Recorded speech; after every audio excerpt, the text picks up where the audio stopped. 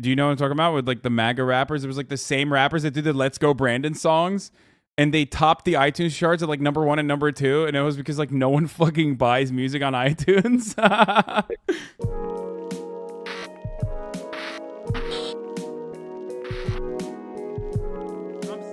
Ladies and gentlemen, boys, girls, MPs, we have the Melon, internet's unironically busiest music nerd. Now I know why he's the busiest music nerd. He's a total of 48 minutes late, but we're very excited to have him here. An hour exported. My review's a half an hour long. What's up? What happened? My review's a half an hour long. I had to get it exported. Oh, okay. Yeah, that's what he was doing. He was firing it off. Both of those things are true. Let's see. I'm gonna turn your camera on real quick. Okay, I'm having a hard time with this, but it'll be fine. Okay, boom. Okay, there it is. That was weird. Okay, Anthony Fantano, ladies and gentlemen, internet's busiest music nerd. He's here.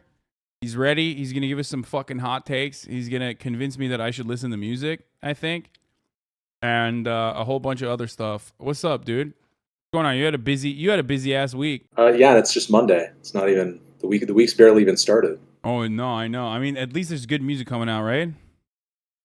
Yeah, this past weekend was a kind of a huge week. You know, like a lot of us, me like everyone else, we were just kind of sitting back and we were like, there's 2 potential albums of the year dropping this week. Wait, hold on one second. Kendrick. Sorry to cut you off. You're probably on the wrong mic right now. You're probably using your webcam mic. That's what people are saying. Yeah, it's fine. This mic doesn't work. Whenever I use this mic, it sounds like piss. For whatever reason in Discord. I can try it. Hold on a second. What the fuck? How does it sound? Good or bad? It sounds exactly the same. Like literally, you did not change it at all. Hello. I don't even hear you now. You can't hear me because you changed the output probably instead of the input. You changed the output source instead of the input source, Anthony. Output, input. What the fuck is going on here? Don't you literally stream on Twitch? What the fuck? Oh, it's perfect. Wait, hold up. Speak again. Hello? Is it good? It's cutting in and out because your noise gate is pretty crazy, and I think you need to change your noise gate in the Discord. Your sensitivity on your noise gate is like super high or automatic currently, and you need to flip that off. Okay, so you clicked on the cogwheel right on the bottom. Then you're going to click on voice and video. On the voice setting where your input device is, whatever your right input device, output device, underneath it, it says input mode, voice activity, push to talk. Keep it on voice activity. Right underneath it, it says input sensitivity, automatically determine input sensitivity. Check that off, and then basically scroll it all the way to the left, and then talk. Yeah, no, it's not working. The webcam mic is better, I think. It says change it to experimental, but yeah, I think that's better because we can at least like hear you. It's an audio interface issue, I guess. No, Melon is here, but can't hear him because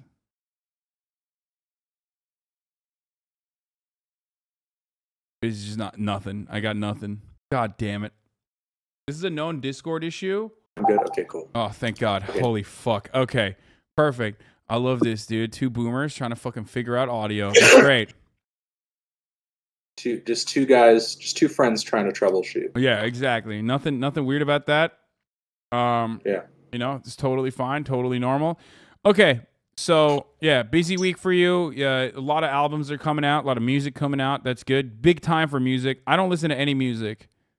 Except I did listen to some of the Kendrick album. So I'm here to ask you, what's up? I'm surprised you didn't start with the Chainsmokers record. That dropped this week too. Oh, that's my favorite. You don't want to go in easy? Just start with the Chainsmokers. Start with the Chainsmokers and move your way up to the Kendrick. I flipped you vertically while you were talking. I'm such a fucking boomer, dude. No, I am not too fond of the Chainsmokers or their music.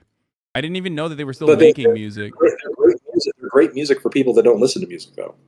Oh, I mean, no. I'm a snob. Like that. Here's the thing, okay? Just because I don't listen to music doesn't mean like I listen to like fucking horrible shit. Except out of like the top 40 hits, the Harry Styles song is actually pretty sick. What is? And all that song? Yeah. That song's pretty good, I think. Yeah. I don't know. What is it called? I'm not as crazy about that one as I was like his debut. I like the Watermelon Sugar song more too. Yo, watermelon. You like Watermelon Sugar more? No, I think this song's better. But I think it's Really? also because like it's just TikTok shit. You know what I mean? I'm literally like a lizard brained ape. If I see like a cute video on TikTok and it has that song in the background, I associate the feelings that I have with the TikTok video with that song. So now I like it, and then I'll sometimes like pull it up as it was, yeah, and I'll listen to it. But that's it. Yeah. That's what No, I that's do. the power of TikTok. So okay, you've been listening to the Kendrick. I mean, did any tracks stand out to you? Did you finish the whole thing? Just some of it? Not even. No, I have not. But I want to ask you what you think about it because there's a lot of underlying social justice messages, and I think you're like already. You just dropped a video. Well, you dropped one video. I think you dropped a second video just now, right? Or it's coming out tonight. Yeah, there's been multiple videos and the full formal like actual review for the main channel is being sent over to my co-editor at the moment to kind of go over it just for any mistakes or anything. And yeah, it's like a 30-minute review. It was originally 32 minutes, and as I was going over it, I cut out 5 minutes of stuff that I didn't think needed to be in there. Yeah, there's a lot to unpack on the record. I mean, I think this album is really just like about Kendrick dealing with his own mind and his own traumas and his own past and trying to move through that, whether it be his experiences with abuse or cycles of abuse that he was victim to, but then also kind of engaged in himself through infidelity. Basically trying to be a better man and a better dad for his kids, trying to not kind of drive himself crazy over thinking that he owes the world something or that he owes the world him saving it because he has a platform and he has like a larger voice than most in his position do. I think it's a pretty significant moment of personal metamorphosis for him, and it's for that and many reasons. I think the record is pretty interesting and pretty compelling. He goes over his issues with his dad, his issues with his mom. It's kind of like a big fat fucking therapy session, honestly. I mean, I feel like in a lot of circumstances, art that tries to make change and especially dive into issues that are outside of the scope of their own personal privileges, like specifically talking about trans-related issues, which Kendrick Lamar's song, that's been like, something that a lot of people are criticizing and talking about. And it's also happens to be the only song that I've like listened to multiple times. But in a lot of circumstances, I feel like when people try to reach outside or talk about experiences of other marginalized communities from the framework of their own personal framework, it's often really limited. But it can come across really lame. I like kind of cringe. You know what I mean? Like the Macklemore "Same Love" type music. Right. Do you feel like it's not that? I hear what you're saying there. Like, I see what you're getting at. Like, I'll say, like, just as a point of comparison, think of like the opening lines of both of these tracks. Like Kendrick starts off that track with like his personal experience having, at least a couple very close trans family members of note to talk about, and his experience kind of like, knowing and kind of like growing to accept that this, way of life and this identity switch is valid through just his experience with family members. Whereas like Macklemore's connection off the bat for his reasoning of, kind of going into the same love thing was like, what, when I was in the first grade, I thought I was gay. It's like, no, that's not enough. That's not enough to like, to like, give yourself a pass to speak on the issue. It's like, I thought I was gay when I was a kid. You know what I mean? And the thing is, it doesn't even, to me at least, and as a cis guy, it doesn't seem like he's trying to speak for anyone or speak over or speak about, the movement for, rights or deprivation of rights or anything like that. It just kind of seems like his effort at the end of the day is just merely to humanize these figures in his life who happen to have this same kind of experience. And I mean, obviously, like beyond that, the hope for him is most likely like, oh, well, like I heard this song that kind of like, opened me to the idea that this is like okay and acceptable and so on and so forth. And, he doesn't really get into the politics of it as much as he kind of gets Yeah. into, this is my personal experience with people in my own life who've also kind of like dealt with these things of like gender identity and so on and so forth. Yeah. No, I think that was important, and especially because like I feel like in a lot of instances, songs like this, art like this, is not meant for the target audience of art like this specifically is people in his community rather than like the larger, the larger queer community that's very active on Twitter. Like that's not who this is Yeah, for. it's not for people like his uncle. It's for people who are completely out of the fucking know. Yeah. It's for people who don't know. I mean, for somebody who's walking that, path, I mean, this track probably isn't going to bring too much to you other than, maybe the assurance that, okay, there's at least another very visible figure who, is not like, demeaning me or my community. I mean, it's certainly like a breath of fresh air in comparison to like how Chappelle approaches things, for example, especially at this point where like any opportunity that he can just like shit on that community again, he just takes it. This is very much the opposite in tone. And, again, I think he does a good job of kind of sidestepping the politics and kind of the controversy and kind of the ways in which this subject matter has been employed in the culture war, and just kind of keeps it strictly to, I have these family members, they were given hell by other members of my family, and like sort of a preacher figure that I mentioned in the song too, really for no reason, because they're just as innocent and loving and as valid as anybody else who I'm related to. And he just kind of keeps it there, and I think in that respect it works. No, absolutely. I appreciated it. Where would you put this album in Kendrick's discography, if you don't mind me asking? Would it probably? Somebody asked me that just today, and I like had to rank out his catalog to answer that question. I would probably go Damn on the bottom, then Section 80, then this record, then Untitled Unmastered, then Good Kid, Mad City, and then TPAP at the top. So this one's pretty in the middle for me, but it's in the middle of a really fantastic catalog. So I mean, even being in the middle of a Kendrick catalog is still something. Yeah. Okay. That's cool. People are okay. That was that drew up a lot of hell yeses. Was that a hot take? I guess I don't know. People are fucking freaking out. Does this happen normally, where you just give a take on music and people are like, "What the fuck? Fuck you." I feel like it's the only. I feel like music and sports Twitter are like the only two fucking other avenues that are like where people are so ride or die, similar to fucking politics. You know what I mean? What are people so mad about? Damn at the bottom? I don't fucking know, dude. But I do feel like when you say something, it's like people treat it like you're, they want to murder you. They're like, "What the fuck? How dare you, you piece of shit?" That's every day of my life. I mean, maybe some people are unhappy I didn't rank it high enough or rank it too high. People are pogging. They liked it. Okay. Well, I think honestly, I think it's a pretty. To be honest, and I think this is true of most of my takes. I think it's pretty reasonable. I mean, maybe a lot of people don't agree, obviously, because people are jumping down my throat all the time. But like, to say this record is in the middle of a super solid discography, I think is no small feat.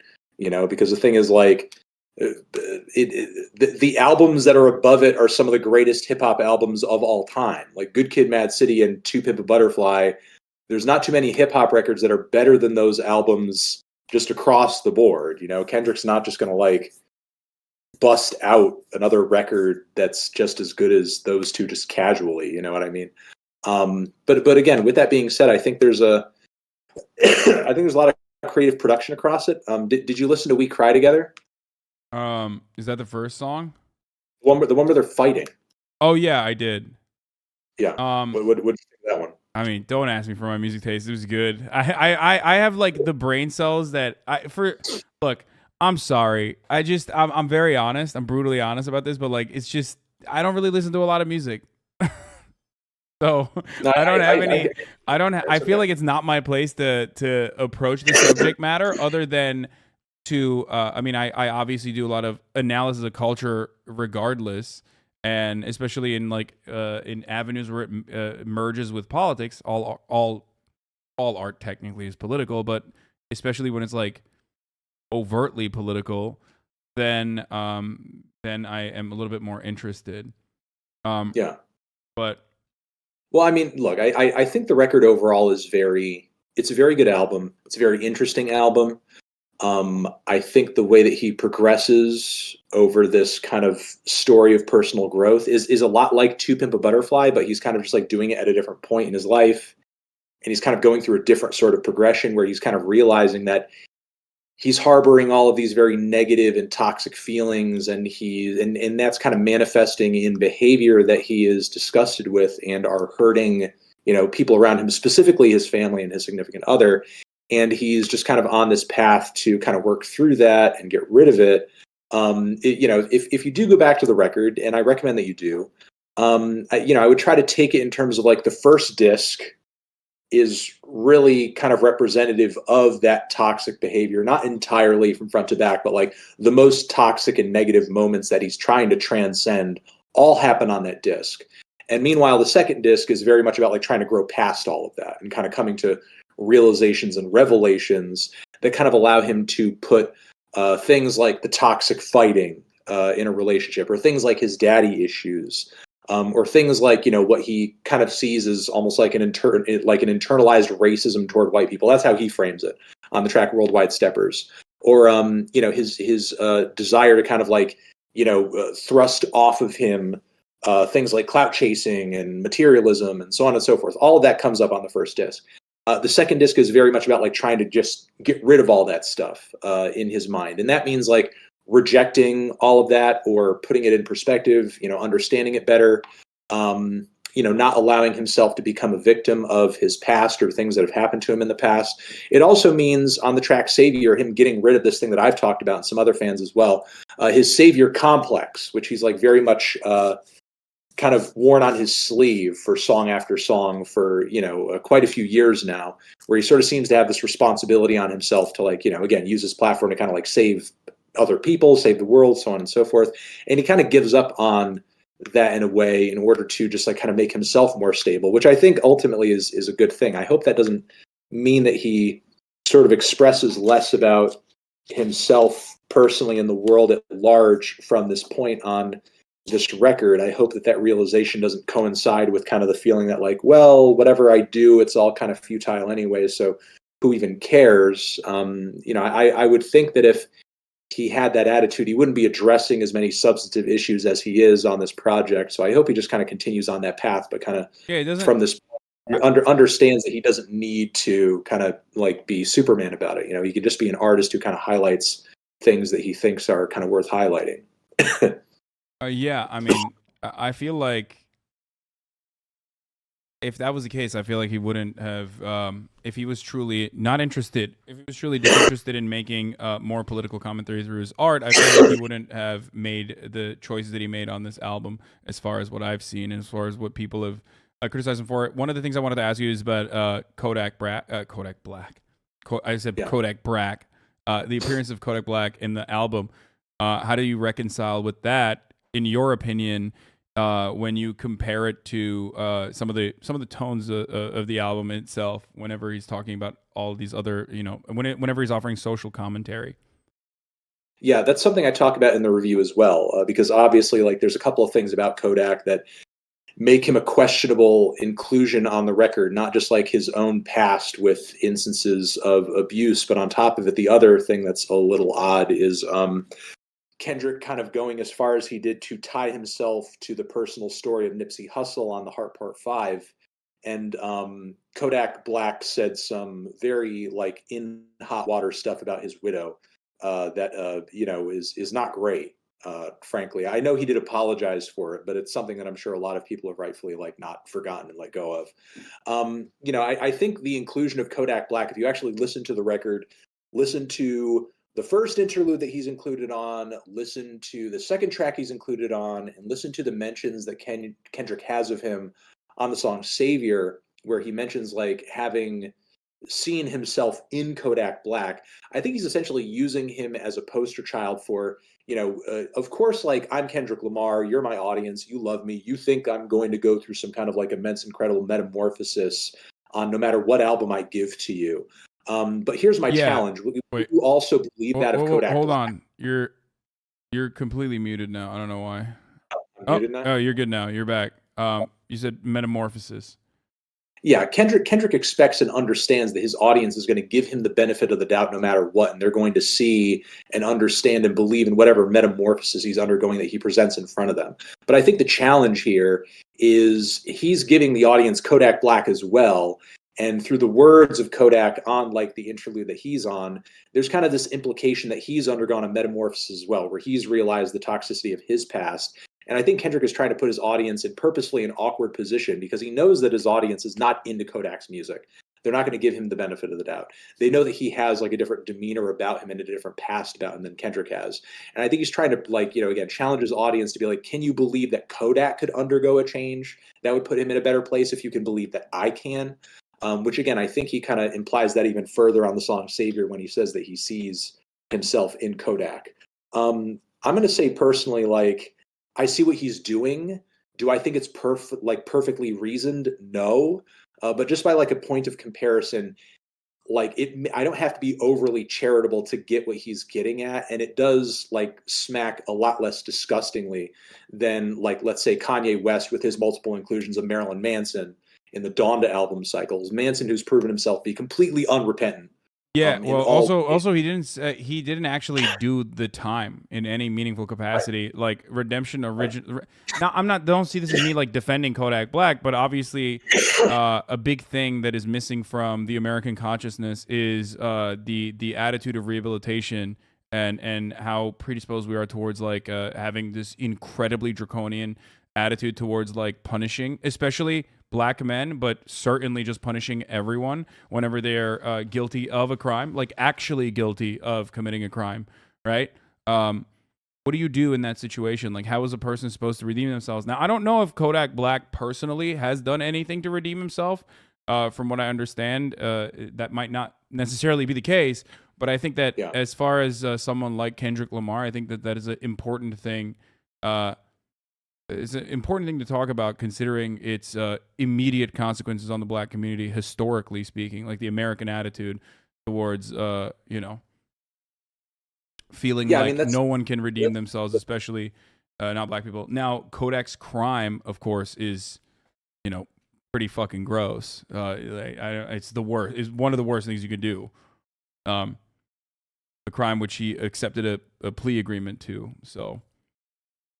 I don't know if that was the, I don't know if that was the person to, I don't know if that was the person to actually try to redeem. But I guess if you can show that someone is on a path towards, bettering themselves, it's someone as edge case as like Kodak Black, I think maybe. Yeah, I mean, like as I listened to the record, it kind of became apparent, especially how Kendrick kind of goes over on the song Mother I Sober, which if you haven't listened to that track, I highly recommend it because that's kind of the very song where he goes over just in general, like specific to the Black community, these cycles of abuse, intergenerational abuse, dating back hundreds of years with, obviously the abuse that was thrust onto them through systematic enslavement. And, just kind of like portraying himself as somebody who was locked into that cycle. He obviously wants the audience to take away that Kodak Black is somebody who's a victim of that cycle as well. And, again, while it's kind of interesting because as you kind of said there, like, I could think of individuals or I could think of this or I could think of that where maybe there's a better person who I could pick for this where it wouldn't go over so badly or it wouldn't stir so much controversy. But in a way, it seems like for Kendrick, that was kind of the point, not necessarily the controversy, but the fact that the audience would see it and have a difficult time wrestling with it because they're not going to be ready to forgive Kodak in the same way that, somebody who we could easily see or search has maybe sort of like done themselves better or sort of made a more public show of whatever they did to redeem themselves past such an action or, part of their past. So it seems like the fact that you are going to be hit with this, sort of like decision where you have to really like think about whether or not you can give the guy the benefit of the doubt that he is trying. It kind of seems like that difficulty was sort of the point. Yeah, I mean, if anyone can try to get people to understand someone like Kodak Black or see that like someone like Kodak Black could change, which by the way, like I said, I don't even know if he has. So there is that. I mean, I know he Again, apologized. He took a plea deal. What's up? Like I was just going to say, just like again, as a point of comparison to what I said earlier, like Kendrick's approach here isn't necessarily like whatever he says goes and just forgive him and it's all water under the bridge. You know what I mean? Because there is sort of like this implication of there has to be some kind of atonement. There has to be a change. There has to be a realization that you did wrong and that you're going to try to do better. And like, meanwhile, like again, with Manson in the Donda cycle, like Kanye's approach to these things historically has been like, he didn't do it. Yeah. He didn't even do it. Free Cosby. It's like it's all just made up. And, that's like, again, the complete opposite of what, Kendrick is like offering here in terms of like a point of view. Again, was like Kodak the best choice? And is it the most clearly and well-reasoned, argument or sort of like, implication on the record? Not necessarily, because you do have to kind of like pick up notes and themes from a variety of different tracks to kind of like get the whole picture of the point he's trying to make. But again, after multiple listens to the album, I see it, I hear it, and I don't necessarily have to like squint my eyes or be overly charitable to get it. Like I see what he's getting at, and it kind of makes sense, and if there is a continual public fallout over it, I mean, I think at this point he's probably already like reconciled, well, I'm probably going to get backlash for this, and whatever it is, I'm going to take it. Yeah. I mean, it's definitely interesting for him to put himself out there for Kodak Black in particular and not try to rehabilitate the image of like someone else that's I can't even really think about anyone that's like been, I guess, been through similar circumstances. But it definitely does seem like something that's a little bit bigger than like Kanye West, for example, trying to go out to bat and like forced to make sure that like the baby's on the album, you know what I mean, or Marilyn Manson's on the album. Obviously, these two are not like in any way, shape, or form. Like they're not the severity. Well, I guess Marilyn Manson is different, but the severity of like the baby's actions are nowhere near like Kodak Black's. But yeah, but with DaBaby, like Kanye's attitude is the same thing. Like with DaBaby, the attitude is like just forget about it. Doesn't matter. Yeah, no, it's more like hyper focus on the cancel culture element of it, cancel culture component of it. Whereas maybe there's a larger conversation to be had about, again, America's draconian attitudes. That's kind of a good point to bring up of comparison as well. It's like Kanye's answer to cancel culture is just ignore it. Doesn't matter. Anybody complaining is just a bitch anyway.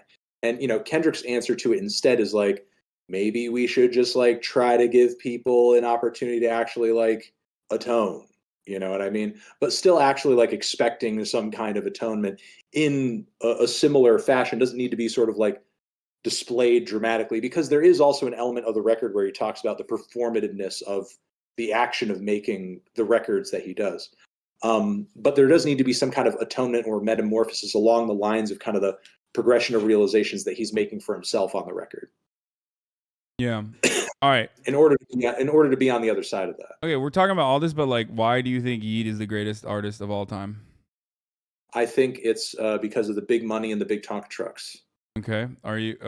Do you feel the same way about Blade? Are you a drainer? No, Blade doesn't talk so much about big Tonka trucks or anything like that. No, I know. I'm just like saying. Are you drain gang? Entirely different set of reasons. Are you a drainer? I've been a drainer since I would say the latest Blade and Echo 2K project. Yeah, I'm a little drained on that one. Okay, that's pretty cool. I'm just asking these things because like people are, this is what I have to do. You know what I mean? Otherwise, people are going to be very upset. I get it. Okay, what do you think about Jack Harlow's new album? Yeah, I thought it wasn't great, but the thing that kind of blows me away about the Jack Harlow album is like, why didn't anybody see this coming? This is like pretty much what he did on his last project. Were we really expecting a different Jack Harlow this time around? I don't even know what people's expectations are. I mean, him hanging out with Drake is perfect because I feel like he just makes pop rap for people that are not like really into rap. I mean, and they'll like it. Jack Harlow, the record's not great, but for Jack Harlow, I don't think that matters. Like, he just makes little. Oh, it matters to some degree. No, how so? Like, I think He's a singles artist. He's a features artist. Oh, yeah. He's not an album. He's never been an album artist. He's never going to be an album artist. Fair. He's a singles artist. He's a features artist. All he needs to do is show up and do a great feature every once in a while, be on a couple of hits a year, and he needs to show up to the red carpets looking cute, looking like a scruffy Abercrombie. Okay, but here's why it matters, though. I think people are souring on him. I think he's lost. He's lost his like pizzazz. Confused as to why the last album wasn't great either. No, I know, but the last album he was like, at that point he was like, just building up his. I think he was like building up his clout, and his like. Now their expectations. Now their expectations, yes, and I feel like there's always highs and lows, and I feel as though once you hit a certain level, you have to. I feel like people expect you to at least like your output needs to match like the level of celebrity status you have. And now I feel as though his. I mean, I've been tracking Jack Harlow for a while. I mean, I think he's like a pretty, above average white guy who like is cool with the culture, right? I mean, he's like. I don't think he's like too much of a culture vulture, even though like a lot of people rip him for it and say because he's a white guy doing rap, so obviously he's a culture vulture or whatever. But now I feel like he is kind of losing that a little bit, and people are starting to say because of his output not matching his output not matching like the level of superstardom he's achieving. People are turning on him. He got too much hype. Yeah, I mean possibly. I mean, the types of circles and people that I talk about with music, like, are probably not the circles that you're in. So, I mean, the people I've been talking about, we're all not surprised in terms of like the output that he put out. But it's like I don't know what like your average like 20-something on a college campus things of Jack Harlow. They probably still go out to the show. Yeah, they listen to Asher Roth. Okay, that was me. I listened to Asher Roth when I was fucking in college. You actually loved the I Love College. Yeah, of course, dude. I was in college. It was sick. I was like, that's me, bro. I love college. In so many ways, Jack Harlow is the next Asher Roth. Yeah. Oh no, come on. Asher Roth was like a literal one-hit wonder. At least like. It's true, but the thing is, like, Jack Harlow has extended it out a bit further, but like, do you really see like 3 more album cycles in Jack Harlow that people care about? No, unless he transforms himself like Machine Gun Kelly and like goes into like a different avenue and is. Dude, I think mid-white artists love doing this where they just like they do like their rap thing a little bit and then they move on, like Miley Cyrus like doing a country album, you know what I mean? Maybe that's the next move for Jack Harlow where he's like, yeah, fuck this rap shit. No, but like Miley Cyrus was the bangers era. That was her I'm going to sort of like align myself with hip hop culture era. And then as soon as she kind of like, cashed that cow out, then she decided to, well, now I'm just going to go back to my country roots and now I'm just going to do white girl shit. And she's kind of like, done. But yeah, a lot of mid-white artists will just kind of like have a bit of a hip hop moment and then they'll sort of like disappear into something else when it kind of, makes sense. That's what I'm saying. He's a Tom McDonald collab incoming. No, I wish Tom McDonald would actually transform himself into any other genre instead of what he's doing, but. What is the genre? Just telling MAGA people what they want to hear? That's the genre. Dude, he's a centrist. What do you mean? He's the greatest rapper of all time. You're just jealous. It's fine. Your music taste is not that. You don't have the refined music taste of a guy who never listens to music. I did that for one of his songs like yesterday, and it was like literally the same shit I've seen him doing over and over and over. He just literally writes the same song over and over again. Tom McDonald, yeah. There is not a lot. I mean, yeah. Video where he's like crouched down Batman style on the edge of like a baby's crib and he's rapping at the baby and he's just talking about how indoctrinated the baby's gonna be into like CRT and trans people existing. I don't know. Yeah. No, but he hits the centrist note pretty well where he's like, he gives a little bit of that and then he talks about like big corporations. You know what I mean? Like right. It's perfect. Yeah. He definitely knows how stupid his audience is, and he kind of plays to it. I think he himself is at the same level. That's why he's able to churn out such incredible content for them. I think he's maybe just like a couple, maybe a half dozen IQ points like above your average guy who has like a Punisher sticker on his car. You know what I mean? Yeah, Like wherever that guy is at, he has like maybe a dozen more IQ points. exactly, which is perfect for him. It's just enough. It's just enough. It's the perfect position for him to maximize his output. I think. Yeah. Yeah. Okay, so you don't agree with me. You already knew. You're saying that Jack Harlow. You're not agreeing with me that Tom McDonald's the best, and also you're not agreeing with me saying that Jack Harlow. Amazing for an is that because he knows how dumb his audience is. Whenever he comes out with a new album, he will only put it out like exclusively on iTunes to like Yeah. because he knows his audience is so dumb they'll just go buy it and be excited that Tom McDonald's #1 on the iTunes chart. Nobody's fucking buying albums on iTunes, you idiot. Yeah, Nobody's... remember that literally happened. Do you know what I'm talking about with like the MAGA rappers? It was like the same rappers that did the Let's Go Brandon songs, and they topped the iTunes charts at like #1 and #2, and it was because like no one fucking buys music on iTunes. Nobody does that shit. Yeah, it was perfect. Yeah, it's a good grift. Yeah. I love that. Okay, more questions for you. How do we free Young Thug? I don't think there's any freeing Young Thug, man. Those RICO charges are fucking heavy. I mean, it's Like- pretty. It's pretty. I don't know. Being connected to a rental car that was used in a shooting, I don't know, man. That's pretty big. Yeah, but also I feel like the RICO charges, other than that rental car thing, is like every new detail that emerges from the RICO charges are like so fucking ridiculous and so expansive. What? I was just saying, calling a hit on that guy and they had a tap on the phone. That's pretty bad. But I think that on top of that, it doesn't seem like they're only going to hit him with that. They're going to hit him with like that's the reason why they're saying this is a gang, this is organized crime, and I feel like YSL itself is not an organized criminal enterprise in the way that they are setting it up. Yeah, I mean it's probably not like along the same lines of efficiency or whatever as like some kind of like Italian mafioso Chicago crime family from decades ago, sure. But the thing is, like, there's probably enough criminal activity at play for them to have done what they did, and most likely because you have to look at all the recent examples of like Rod Wave and Pooh Shiesty. Like, the cops have really been actively trying to like up their game in terms of like nabbing rappers and jailing them. Yeah, it's kind of whack. I think they should get some gimmies. You know what I mean? A couple freebies. I would say like people really need to be more aware of it because like they're catching a lot of these people off of like their digital paper trail, unfortunately, and there's no privacy anymore. There's no privacy anymore. Whatever the fuck, the thing is, like, a friend of mine, Sean C. I saw him do a video today, and he was kind of bringing up some stuff that like I wasn't even aware of because I don't follow Thugger's social media like that.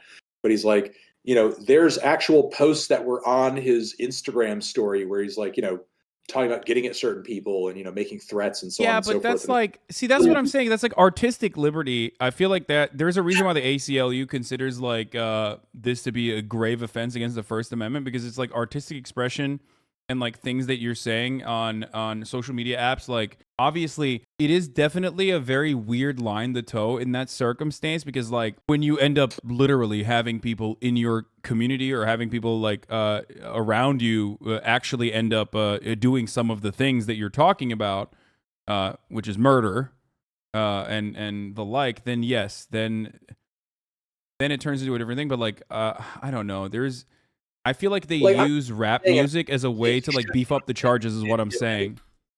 I'm not saying he should, nor did he get arrested off of something that he posted on social media. Yeah. I'm saying like engaging in that kind of behavior draws attention to you, which then the cops, because let's be honest here, like this investigation or the unit that's been kind of looking into this has most likely had their eyes on him since like he pretty much got connected to that shooting that, almost killed Lil Wayne when they were in the middle of their beef. Yeah.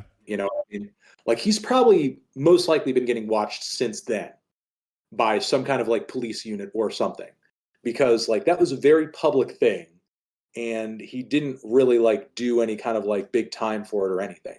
You know what I mean?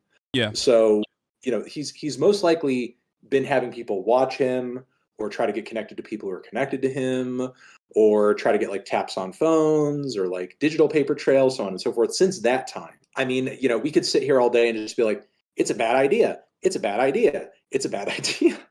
Especially for somebody who's in the public Well, eye. ultimately, what you shouldn't do is murder, or Yeah, obviously. so But that's thing is, the main problem. Obviously, that's definitely the the thing, biggest issue there.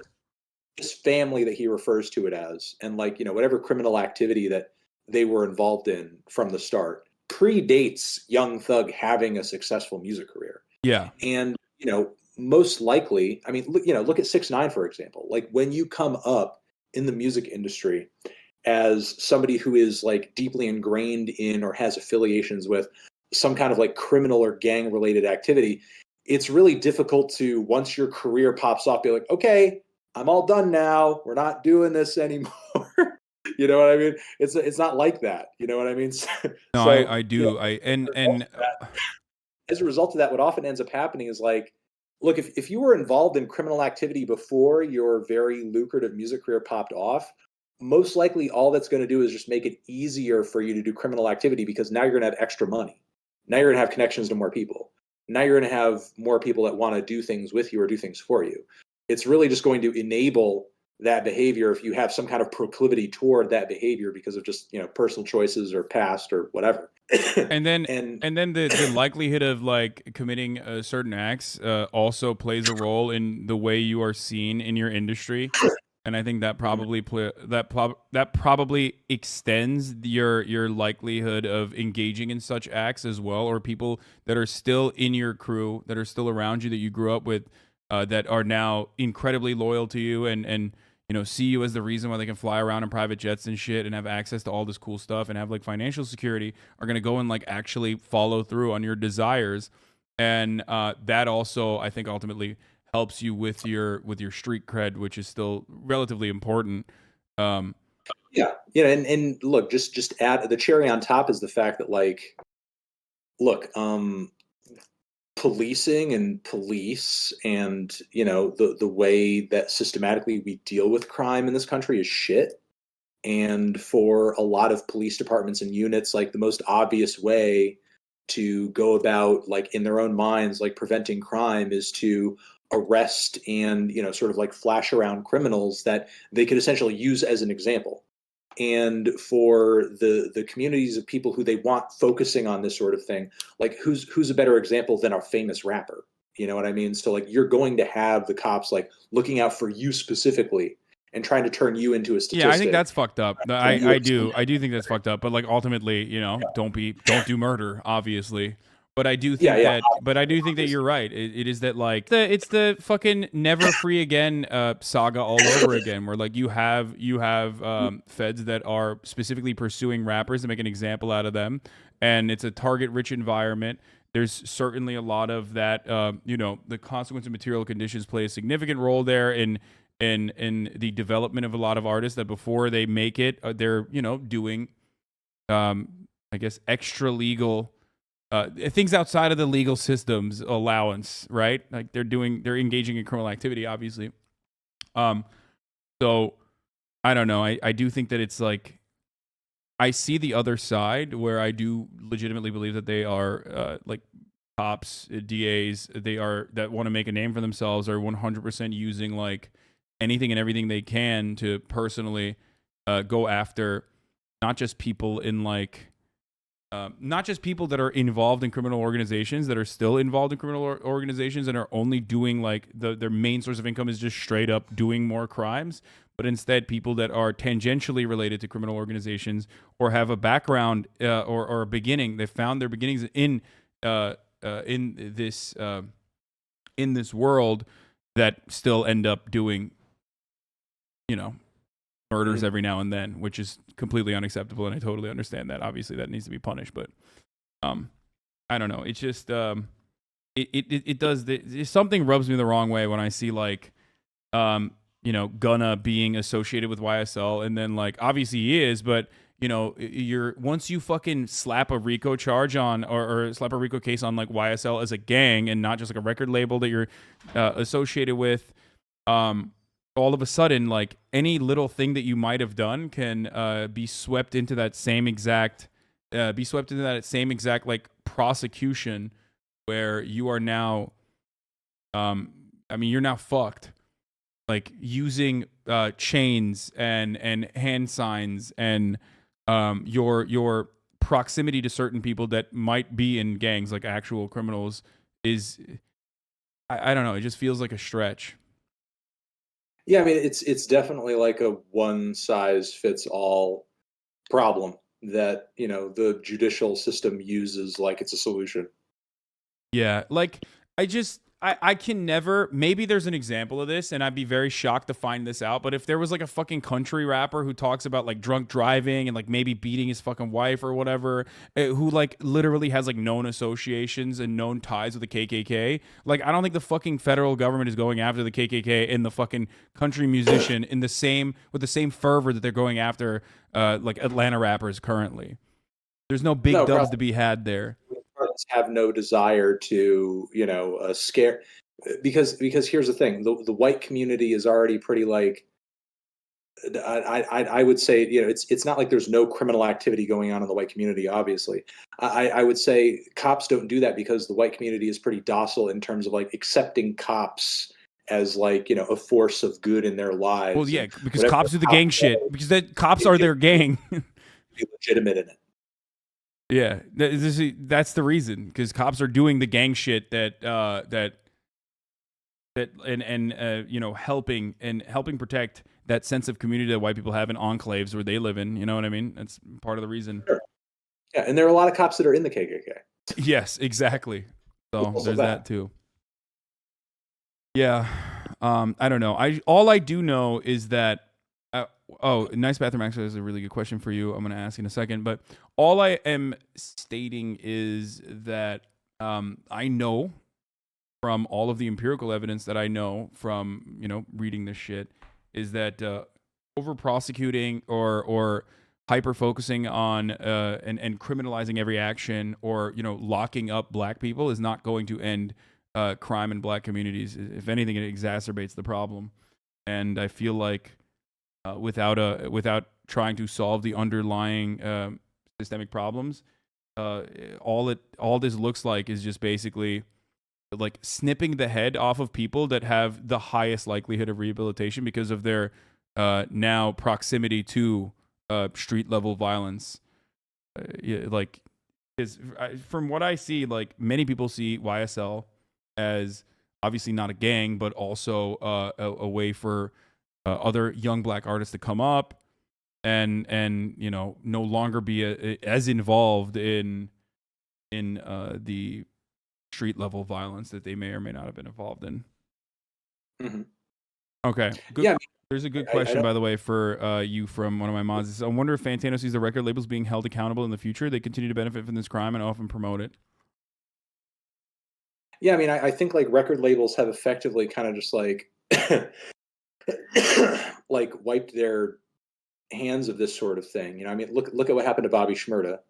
Like these record labels are not like sort of standing up for anybody or coming to save anybody when they land themselves in jail. Like if anything, they're kind of just like benefiting off of the fact that they have their catalog and the rights to their catalog, and they're probably getting streamed even more now. And all they have to do is like sit there and wait, hopefully maybe for the day that they get out of jail, and then they'll make a comeback and they'll get Yeah. even more streams off of it. The thing is like it's kind of hard to say or tell whether or not there's going to be any kind of like accountability, because are they doing anything illegal? Technically, no, because when the artists sign to these labels, they're signing the rights to their work away. It's ultimately Yeah. the labels own the master tapes. They could do with whatever they could do with it whatever they want. The artists do that for an agreement of, yeah, I get a cut of whatever streams or whatever, or I get an advance from you to make the record, so on and so forth. So the artists kind of already signed their art and their work away, unfortunately.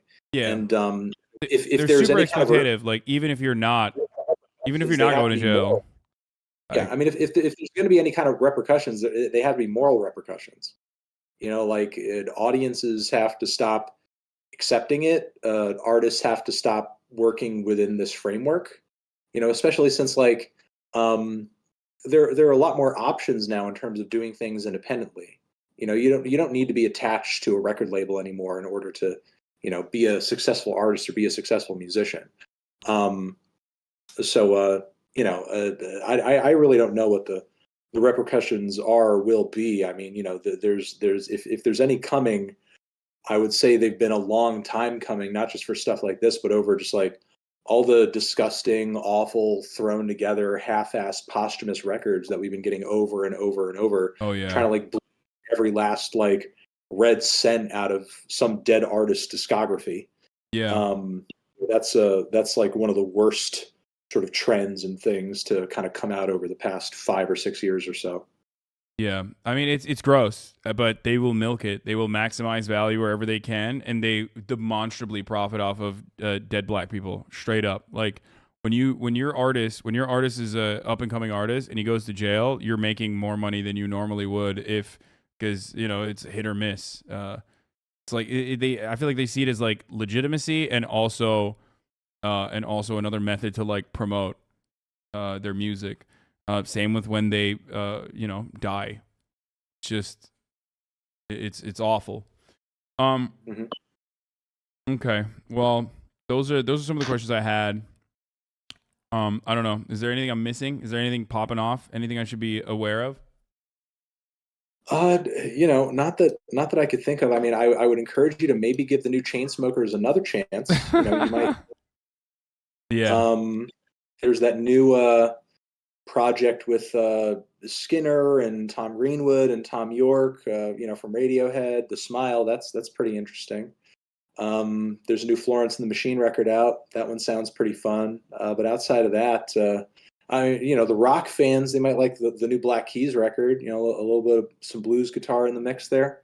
Outside of that, I would just say, this week it's really about Kendrick Lamar and the Chainsmokers. Those are the two standout albums of the week. Yeah. Who's to say which is better? Probably Chainsmokers, but I'm a little biased. Yeah, I really thought Chainsmokers were going to pull through with Album of the Year. I wouldn't say they quite got there, but it was close.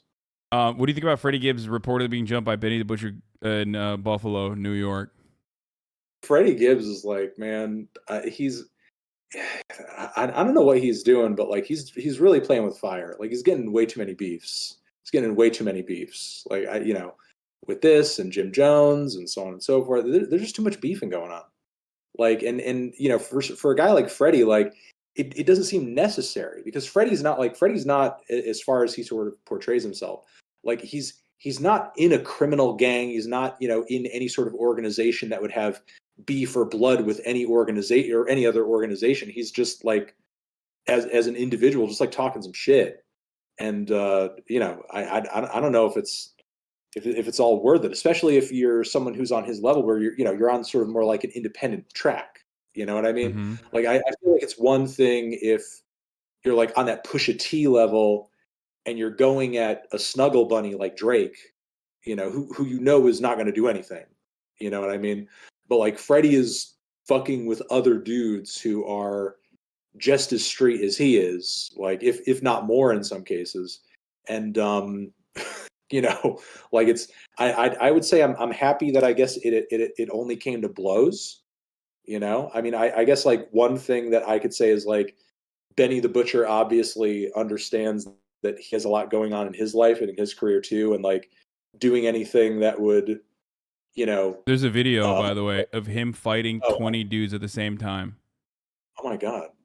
But doing anything that would like put him legally in very deep hot water would probably not be a great idea. So, maybe just like keeping it to fighting is probably for the best. But like either way, I don't know. I think Freddie Gibbs is getting in too much beef. He's getting in more beef than I think an artist at his level needs to, especially like, again, he's getting in beef with artists who he's done tracks with Benny before. He's done tracks with the Griselda gang. So I don't understand like, why all of a sudden there's bad blood there. And I wonder if it was entirely necessary. I think he thought because he's hanging out with Joe Rogan, I think he thought it translated to martial arts skills in the real world, because this shit literally looks like the Old Boy hallway scene, dude. What the fuck? There's like, I mean, Old Boy hallway scene if Old Boy was getting his ass beat though. I mean, it's crazy. They're fucking jumping him like 20 dudes.